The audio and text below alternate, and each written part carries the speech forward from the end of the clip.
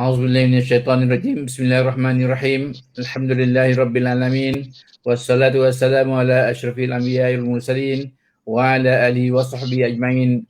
Rabbi shrah li sadri wa yassir li amri wa hlul 'uqdatam min lisani yafqahu qawli. Assalamualaikum warahmatullahi taala wabarakatuh. Waalaikumsalam warahmatullahi wabarakatuh. Alhamdulillah, kita hari ini di Malaysia kita hari Nuzul Quran. Hari yang ke-17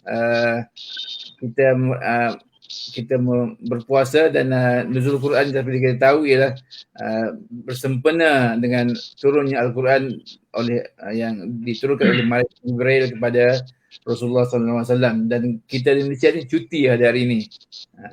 Jadi cuti hari ini. Kita berada dalam program Ramadan on the Globe, satu siri perkongsian dengan saudara-saudara kita yang berada di luar negara, berkongsi tentang pengalaman-pengalaman mereka semasa berada, sama ada dia tinggal sebagai masautin di sana ataupun mereka ziarah di sana atau belajar di sana, boleh berkongsi tentang pengalaman-pengalaman Ramadan di negara-negara mereka.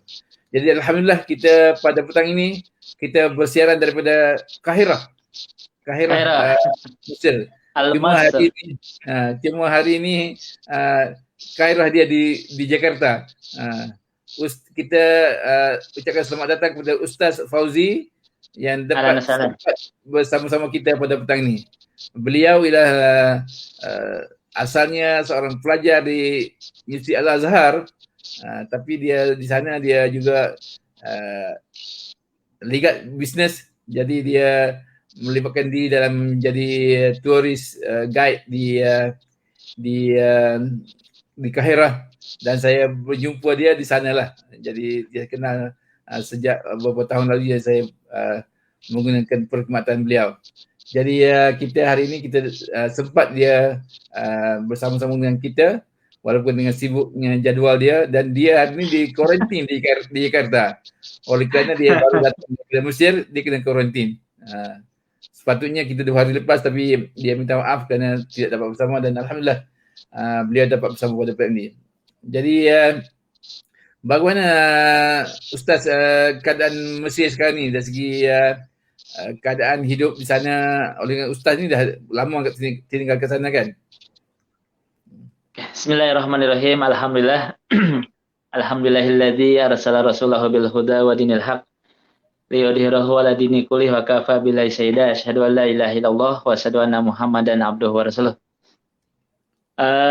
Yang pertama, alhamdulillah, terima kasih kepada Tuan Yakub sudah memberikan kesempatan kepada saya untuk mengisi program yang spesial. Mudah-mudahan program ini menjadikan lahan dakwah, lahan ibadah, lahan untuk berdakwah, untuk menyebarkan Islam, untuk menyebarkan syiar-syiar Islam yang Rasulullah SAW amanatkan kepada kita semua, kepada para sahabat dan para pengikutnya, untuk memperluas Islam ke seluruh dunia, insya Allah.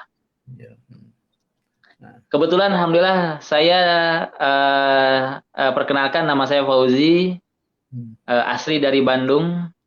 Di Mesir kalau tahun ini sudah masuk ke tahun ke-18. Ya, Masya Allah. Subhanallah. Jadi lika-liku di Mesir ini subhanallah. Ada yang bilang di Mesir ini kita akan jumpa sifat 2 orang, sifat seperti Nabi Musa, sifat seperti Firaun. Kalau sudah baik, baik terus di Mesir ini. Kalau sudah buruk, subhanallah, naudzubillah. Alhamdulillah kita selalu jumpa dengan orang-orang yang seperti Nabi Musa. Alhamdulillah. Kita diperkenalkan, alhamdulillah kita jumpa juga dengan Tuan Yakub datang ke Mesir. Alhamdulillah kita bisa memberikan khidmah. Selain saya belajar di Al-Azhar, seharian saya memang menjadi turis guide. Karena di pandemik ini tidak ada jemaah, macam-macam yang kita lakukan. Baik itu menjadi seperti sekarang saya jadi kurir, jadi ekspedisi pulang pergi Jakarta, Kairo seminggu sekali. Mudah-mudahan diberikan kesehatan, insya Allah. Kemudian di Mesir sendiri sekarang kurang lebih untuk Islam secara mayoritas Mesir ini kurang lebih ada sekitar 85% alhamdulillah di Mesir ini. 85%, jadi betul-betul mayoriti Islam di Mesir. Makanya ada istilah di Mesir ini disebut dengan 1001 menara. Jadi saking banyaknya masjid, tapi itulah untuk sekarang karena pandemik, jadi masjid-masjid banyak yang belum dibuka 24 jam. Biasa 24 jam dibuka, sekarang 10 menit sebelum azan dibuka, 15 menit selepas sholat ditutup. Itu apa untuk kondisi sekarang di Mesir sendiri. Jadi apa, orang bukan Islam sedikit sajalah, susah kelihatan. Orang bukan orang Islam karena penduduk asli Mesir yaitu orang Koptik. Koptik, Kristen Koptik. Asli orang Koptik. Jadi orang Kristen Koptik, mereka ada kurang lebih ada 15% Kristen Koptik atau Ortodok. Kristen Koptik atau Ortodok beda dengan Kristen yang Protestan, itu kurang lebih ada 0,5% saja. Mereka ada tapi hanya kurang, tapi mayoriti 15% dari Kristen Koptik yang betul-betul asal muasal agama yang sebelum Islam datang. Jadi kalau macam waktu-waktu biasa, kalau tanpa COVID ni, tapi itulah salah satu sabda Rasulullah, ada yang pernah ketika Rasulullah SAW berkata kepada para sahabat, berbuat baiklah kepada orang Mesir. Kenapa dengan orang Mesir? Karena Mesir ini dia punya tempat betul-betul strategik. Dia betul-betul di middle, di tengah-tengah. Jadi kalau nak pergi ke Afrika senang, nak pergi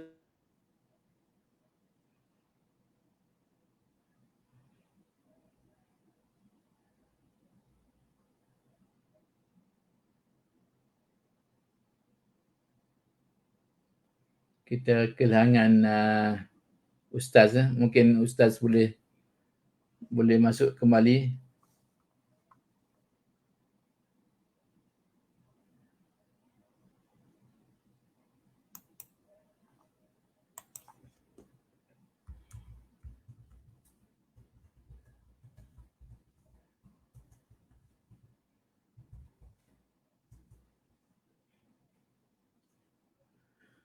Jadi kita hilang siaran, mungkin ada sebab teknikal tempat Ustaz berada di tempat kuarantin di Jakarta. Jadi kita tahu Mesir ni negara para anbiya, bumi anbiya. Kalau kita baca kisah sirah daripada tafsir-tafsir Al-Quran, bagaimana Nabi Musa dengan Fir'aun. Nabi Musa yang pernah menjadi anak angkat kepada Fir'aun dan akhirnya melawan Fir'aun yang maha zalim, dan dia telah memberikan kesedaran, menyeru kepada tauhid kepada Allah SWT, dan kita tengok kejayaan Nabi Musa tu mengatasi Fir'aun yang zalim itu, dan Fir'aun tu telah tenggelam di dalam Laut Merah, dan mengikut kisahnya badan dia masih lagi banyaknya, masih ada lagi disimpan, tidak dikemumikan lah. Jadi kita masih menunggu Ustaz dapat join semula, insyaAllah. Kita juga selalu juga mendengar atau membaca kisah Nabi Yusuf yang telah memerintah negeri Mesir. Satu sejarah yang cukup detail yang di dalam surah Yusuf, bagaimana Yusuf ni telah cuba dibunuh oleh adik-beradiknya, tapi akhirnya tak jadi dibunuh, telah dijual kepada pedagang, dan akhirnya Nabi Yusuf dapat berada di istana pemerintahan Mesir dan akhirnya dia menjadi salah satu pemerintah Mesir. Jadi itu ekstrim yang manusia-manusia yang Allah SWT anugerah sebagai Nabi berada di sana, dan di samping itu juga kita ada juga manusia-manusia yang Assalamualaikum. jahat. Nah, okey. Jadi kita insya-Allah kita sambung semula. Jadi kalau bukan masa COVID, di penghayatan Islam di Mesir ni, walaupun kita tahu dia orang Arab, majoritinya Muslim, berada tidak jauh daripada Mekah seberang Laut Merah saja, tapi segi penghayatan Islamnya bagaimana pada pandangan Ustaz? Sekali lagi, maaf, barusan ada loading. Penghayatan Islamnya bagaimana? Walaupun dia ni berada di negara Arab, seberang dengan Mekah, tapi penghayatan Islam, dari segi penghayatan Islam seluruh orang Islam di Mesir macam mana? Oke, di Mesir ini kalau sudah budaya Islam dari segi ibadah, dari segi tata krama itu sangat sangat kuat. Ya. Lebih kan kalau saya rasakan kenapa? Amalan-amalan yang dilakukan oleh orang Mesir itu lebih banyak dilakukan sunatnya, kemudian kebiasaan-kebiasaannya dibandingkan kalau kita kalau pergi ke Mekah gitu ya. Contoh seperti apa? Dari segi salam saja. Di Mesir itu kita tidak kenal, sosialnya sangat bagus. Orang mengucapkan salam, tidak yang kenal. Sampai kita mau masuk ke dalam kereta publik, dia akan mengucapkan salam. Beza saya kalau di Indonesia, ketika naik masuk bus publik atau transportasi yang publik, saya biasa mengucapkan salam. Saya masuk, assalamualaikum, semua orang tengok. Tidak ada yang jawab. Itu subhanallah, salah satu hal yang kecil budaya Islam yang diterapkan oleh orang Arab.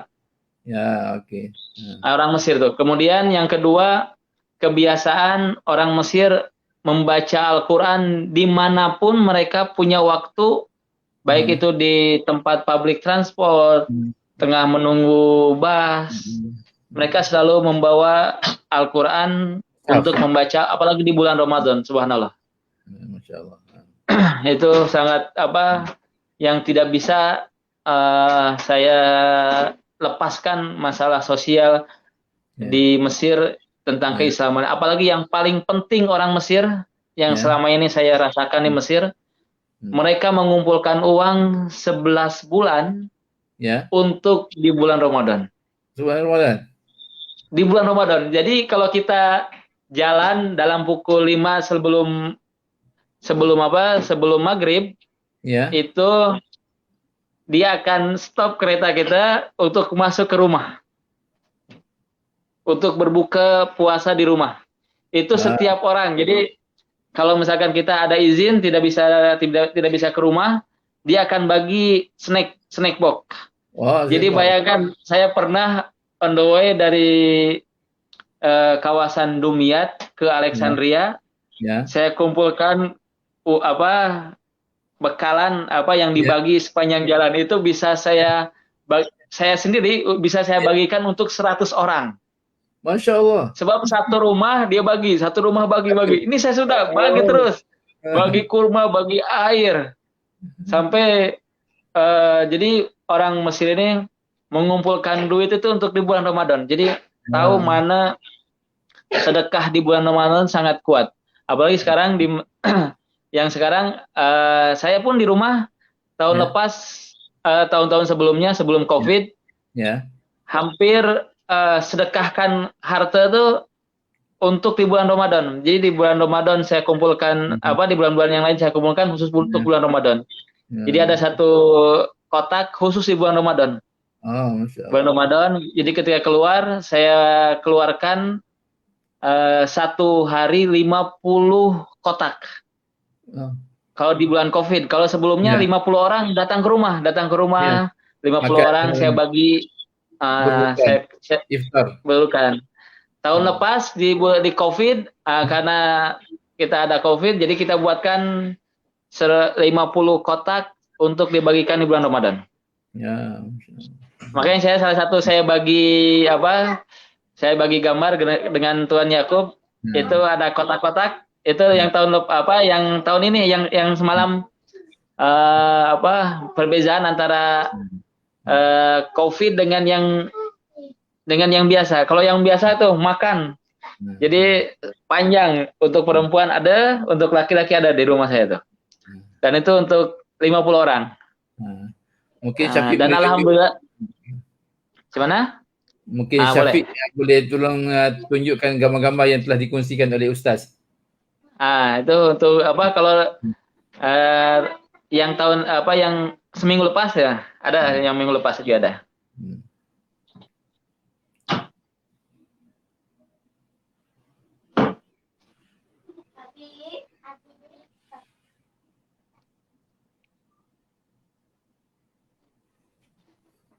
Ini kurma ajwa yang selalu saya bawa juga dari Kairo ke Mesir, ke Jakarta.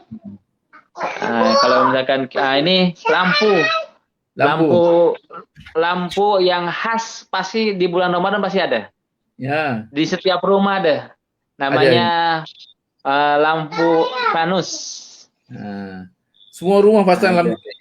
Semua rumah pasang lampu dengan lampu macam nak kawin. Iya. Jadi bagaimana kalau di Malaysia, saya pernah ke Malaysia bulan Agustus merayakan Hari Raya Malaysia. Hari Merdeka. Dengan bendera-bendera Malaysia ini dengan lampu-lampu 2 kali ganda macam tuh di bulan Ramadan. Jadi bagaimana orang Arab ini menyambut di bulan Ramadan yang sangat kuat dengan lampu-lampunya, dengan dengan Venusnya, dengan makan-makanan yang dibawa tuh. Jadi semua orang, ini makanan khas untuk buka. Jadi namanya Komarudin. Komarudin ini untuk untuk macam itu jus.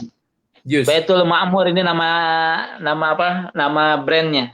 Nama ininya Komarudin dari mismis. Buah mismis, aprikot ya kalau bahasa itu. Nah, ini Tursi. Orang Arab karena makan dagingnya banyak, jadi dia dengan makanan jeruk. Cuka. Makan jeruknya sangat kuat karena dia makan dagingnya sangat kuat. Jadi seekor kambing tuh kita bisa makan 8 orang. Ya. Subhanallah. Jadi kalau kita bertamu ke orang Arab, dia akan bagi ayam itu seekor. Satu ekor.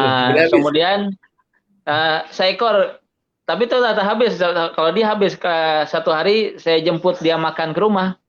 Kita satu ayam kan bagi 12. Dia pegang ayamnya. Indonesia bakhil katanya. Kata saya bukan bakhil, kalau nambah ambil lagi kata saya. Oh iya. Dia canda gitu. Tapi dia kalau bagi terus bagi terus. Ini kurma salah satu bisnis saya yang datang ke Indonesia pun saya bawa kurma dilapiskan dengan karamel dengan coklat sekali. Alhamdulillah.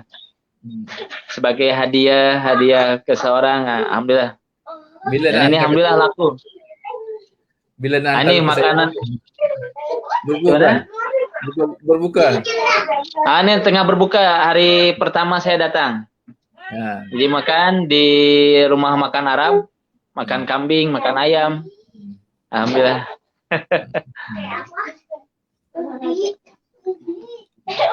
Ini menu kambing.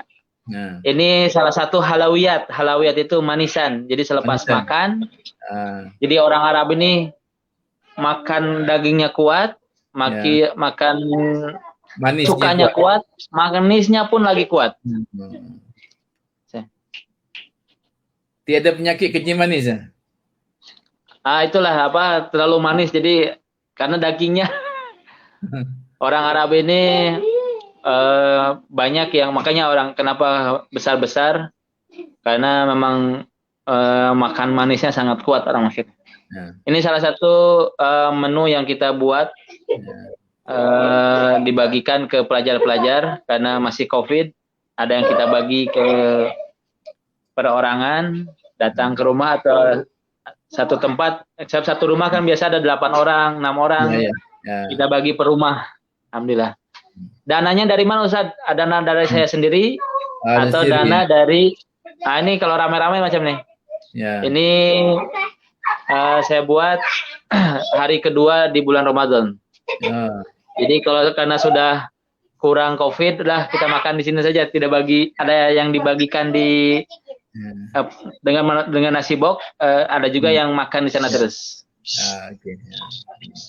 Alhamdulillah. Ini rumah Ustaz ya? Di sini rumah saya. Ini piramid. Ini satu hari kalau saya 1 minggu. 1 minggu sebelum pergi sebelum Ramadan, saya ada tetamu ke piramid, alhamdulillah.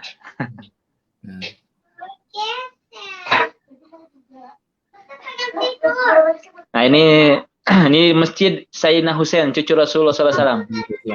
Ada yang mengatakan di sini kepalanya, kemudian yang di Syria badannya. Ada juga terbalik. Wallahu a'lam mana yang betul. Tetapi masjid ini tengah perbaikan, jadi belum boleh masuk ke dalam untuk ziarah.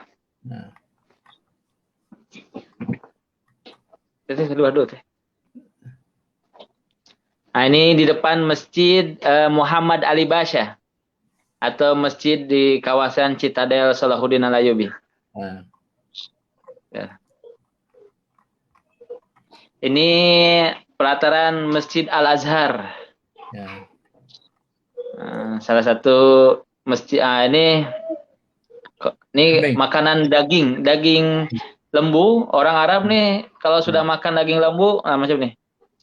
Hanya direbus saja. Direbus, bagi garam, bagi merica, bagi fil aswad, bas kifayah.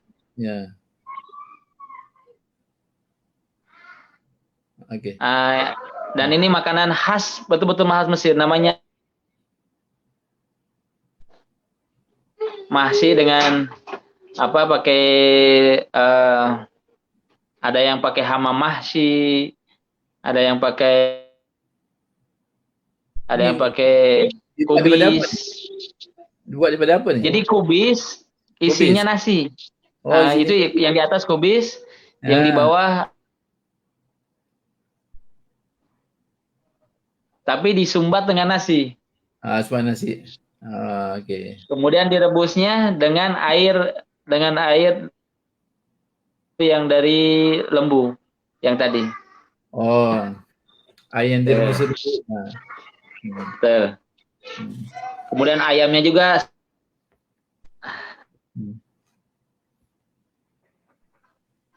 Alhamdulillah. Jadi kalau kita tengok di Mesir ni, dia banyak tinggalan-tinggalan sejarah yang kita dapati yang masih lagi dalam keadaan baik. Jadi macam tinggalan-tinggalan Rasulullah, macam tinggalan daripada Nabi Musa, Nabi Yusuf, masih ada lagi kan? Masih ada lagi. Jadi di sekitar mana? Jadi Mesir ini memang luas. Bahkan ada istilah kalau ziarah di Mesir ini tidak cukup 1 minggu. Saya punya program sampai 1 bulan di Mesir. 1 bulan Mesir. Kemudian ziarah makomatnya, ziarah masjid-masjid. Kalau untuk ziarah makam para anbiya, kita harus pergi ke Sinai. Sinai. Ya.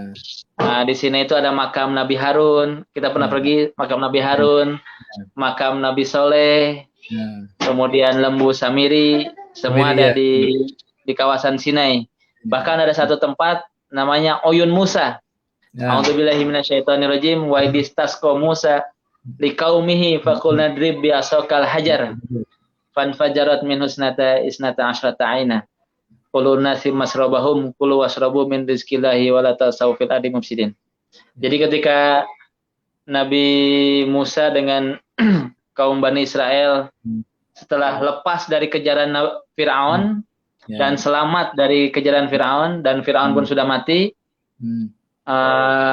perbekalan mereka habis, terbawa arus oleh laut merah, karena mereka memilih menyelamatkan diri daripada harta benda mereka tinggalkan.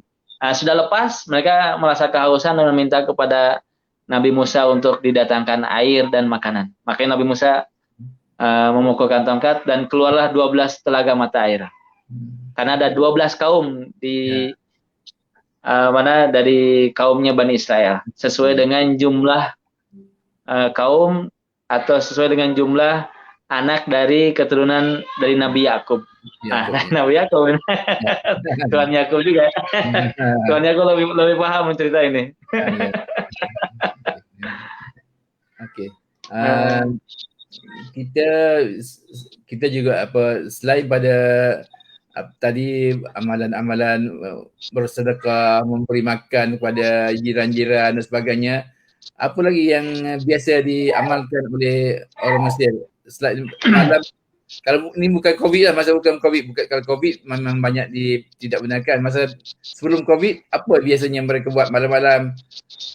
Sebelum COVID memang orang Mesir menghabiskan malam untuk ibadah. Ya. Jadi selepas sholat tarawih, mereka rehat sekejap, kemudian teruskan untuk sholat malam. Sampai sahur. Tiap malam? Sampai sahur. Tiap malam. Hampir tiap malam. Apalagi kalau di bulan 10 hari sebelum Idul Fitri, di 10 hari di bulan Ramadan, di akhir bulan Ramadan, itu betul-betul setiap masjid memberikan tempat, memberikan makanan untuk buka, makanan untuk sahur, dan mereka berlomba-lomba untuk mencari jemaah untuk datang duduk di masjid mereka. Subhanallah. Tapi karena COVID ini, karena COVID, jadi 10 hari di akhir ini akan dihilangkan. Karena masjid pun dibuka 10 menit sebelum azan, kemudian 15 menit setelah salat.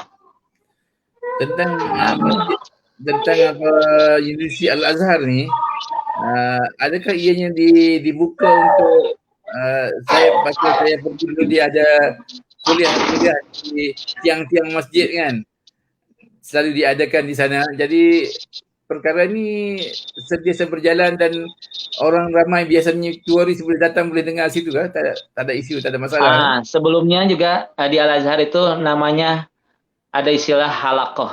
Karena sistem Al-Azhar zaman dulu dengan sistem halakoh, bukan sistem bukan sistem university. Tapi Al-Azhar tidak mau menghilangkan sistem halakoh atau liko ini dengan mengadakan kursus-kursus bahasa Arab, kemudian mengkaji tafsir, hadis di Masjid Al-Azhar. Kemudian di Masjid Al-Azhar, tapi karena COVID ini betul-betul tak ada. Betul-betul tak ada, karena masjid pun dibuka, itu yang saya cakap, 10 menit sebelum azan, 10 menit selepas sholat. Jadi sementara yang untuk sistem halakoh ini ditiadakan. Okay, saya rasa kita sudah habis apa yang kita untuk perbincangkan. Sebelum kita akhiri, kita minta Ustaz memberi sedikit tazkirah untuk kita semua, insya-Allah. Insyaallah.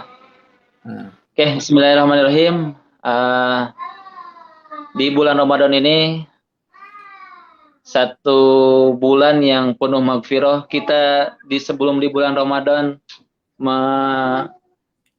menanti-nantikan bulan Ramadan penuh berkah, penuh magfirah, sampai kita mengagung-agungkan untuk kedatangan di bulan Ramadan dengan berdoa. Kita sudah sampai di bulan Ramadan, kita gunakan bulan Ramadan ini sebaik-baiknya dengan memperbanyak amal ibadah, dengan bersedekah, dengan membaca Al-Quran, dengan